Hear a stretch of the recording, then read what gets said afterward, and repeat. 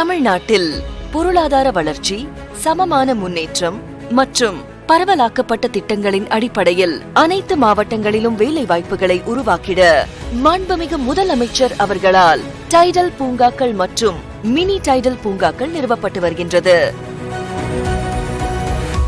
அதன் தொடர்ச்சியாக மதுரை மாட்டுத்தாவணியில் ரூபாய் 314 கோடி மதிப்பீட்டில் 5.34 லட்சம் சதுரடி பரப்பளவில் தரை தளம் மற்றும் 12 தளங்களுடன் கட்டப்பட உள்ள மதுரை டைடல் பூங்காவும் மற்றும் திருச்சிராப்பள்ளி பஞ்சப்பூரில் ரூபாய் 403 கோடி மதிப்பீட்டில் 5.58 லட்சம் சதுரடி பரப்பளவில் தரை தளம் மற்றும் 6 தளங்களுடன் கட்டப்பட உள்ள திருச்சிராப்பள்ளி டைடல் பூங்காவும் மாண்புமிகு முதலமைச்சர் அவர்களால் இன்று அடிக்கல் நாட்டப்பட்டது.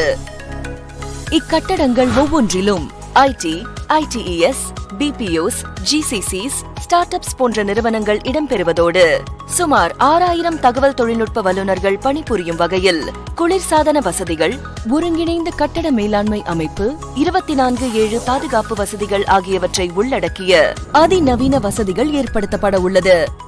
இக்கட்டடங்களுக்கு அடிக்கல் நாட்டிய திராவிட நாயகர் மாண்புமிகு முதலமைச்சர் அவர்களுக்கு நெஞ்சார்ந்த நன்றி.